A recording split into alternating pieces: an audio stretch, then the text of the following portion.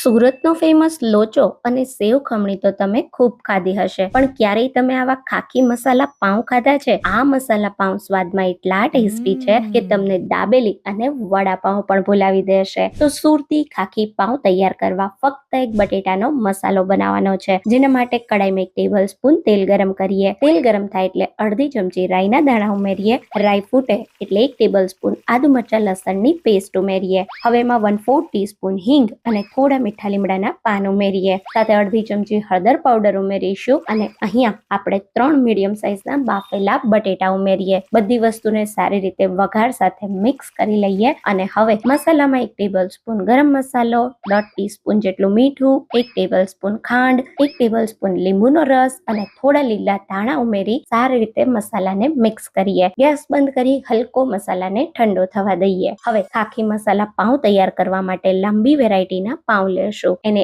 એક સાઈડથી કટ કરી લેશું. હવે એમાં ખજૂર આંબલીની ચટણી ઉમેરીએ. થોડું પાઉંને એકવાર બંધ કરીએ જેથી ચટણી બંને બાજુ સ્પ્રેડ થઈ જાય. થોડી ગ્રીન ચટણી ઉમેરીએ અને હવે તૈયાર કરેલો મસાલો ઉમેરીએ. ત્યારબાદ ઉપરથી થોડા આપણે મસાલા સિંગના દાણા ઉમેરીએ. હવે થોડી બારીક કાપેલી ડુંગળી ઉમેરીએ અને ચાટ મસાલો સ્પ્રિંકલ કરીએ. સાથે થોડા લીંબુનો રસ ઉમેરીએ અને હવે થોડી મીઠી ચટણી ઉમેરીશું. હવે અહીંયા દાળ મૂઠવાળી બારીક સેવ ઉમેરવાની છે, જે આ ખાખી મસાલા પાઉંમાં એકદમ ટેસ્ટી લાગે છે. હવે ઉપરથી થોડી બારીક કાપેલી ડુંગળી અને કોથમીરના પાન સ્પ્રિંકલ કરી તરત જ સર્વ કરો. ખાવાની ખૂબ જ મજા આવશે. તો તમે એકવાર આવા મસાલા પાઉં બનાવજો. મારી ગેરંટી છે વડાપાઉં અને દાબેલી પણ ભૂલી જશો.